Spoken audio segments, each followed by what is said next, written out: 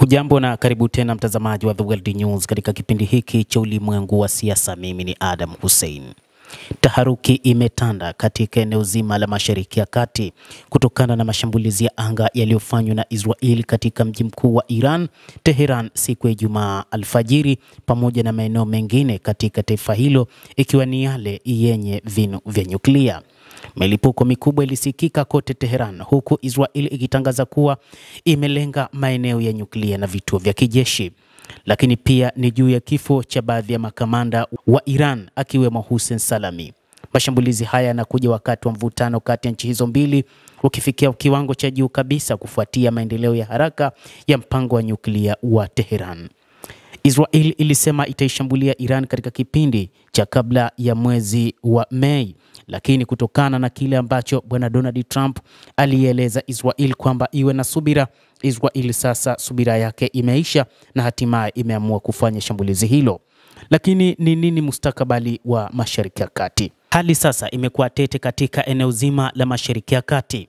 Moja kati ya kile ambacho Iran imedai kwamba lazima Marekani pamoja na Israel zitajibu kwa gharama kubwa. Iran imesema kupitia msemaji wake wa jeshi akisema kwamba kutokana na mashambulizi hayo lazima vikosi vyenye silaha hakika vitajibu shambulizi hili la Wazayuni. Alisema msemaji wa Iran Abulfazi Shekarchi kutokana na shambulizi hili ambalo limeikumba Iran alfajiri ya Ijumaa. Mashambulizi hayo pia yalipiga miji ya Kermanshah magharibi mwa Iran, ambapo wakazi walisema walisikia milipuko na kuona moshi mweusi ukipanda juu ya jiji. Haikubainika mara moja ni nini hasa kililengwa. Milipuko pia ilisikika karibu na mji wa Tabriz nchini Iran, ingawa hali halisi huko bado haijawa wazi. Lakini ni nini ambacho haswa Iran wanakitaka? Kufuatia mashambulizi hayo, kiongozi mkuu wa Iran Ayatollah Al-Khamenei siku ya Ijumaa ameahidi kuwa Israeli itakabiliwa na adhabu kali kutokana na mashambulizi yake dhidi ya nchi hiyo.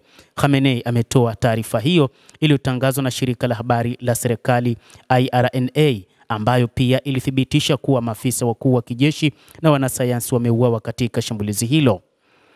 Israel imefungua mkono wake mbaya na wenye damu kutenda uhalifu dhidi ya nchi yetu pendwa, ikifunua asili yake mbaya zaidi kuliko hapo awali kwa kushambulia makazi, Khamenei alisema, akisisitiza ukali wa kitendo hicho.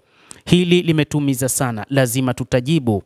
Waziri mkuu wa Israel bwana Netanyahu amesema kuwa Israel ililenga kituo kikuu cha kurutubisha urani huko Natanz na mpango wa kombora la ballistic la nchi hiyo pamoja na wanasayansi wakuu wa nyuklia na maafisa.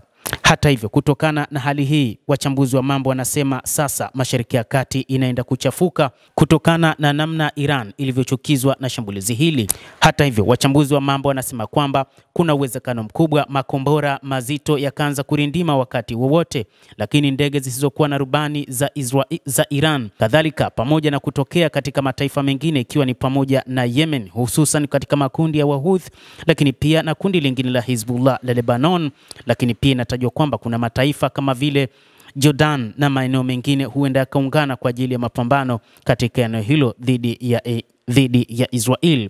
Hali itakuwa ngumu mno katika eneo hilo la Mashariki ya Kati. Endelea kutufuatilia, tutakujuza kila kinachoendelea kutokana na mashambulizi haya ya Israel. Endelea kuwa nasi, mimi ni Adam Hussein, tutakujuza kadri mambo yanavyozidi kwenda.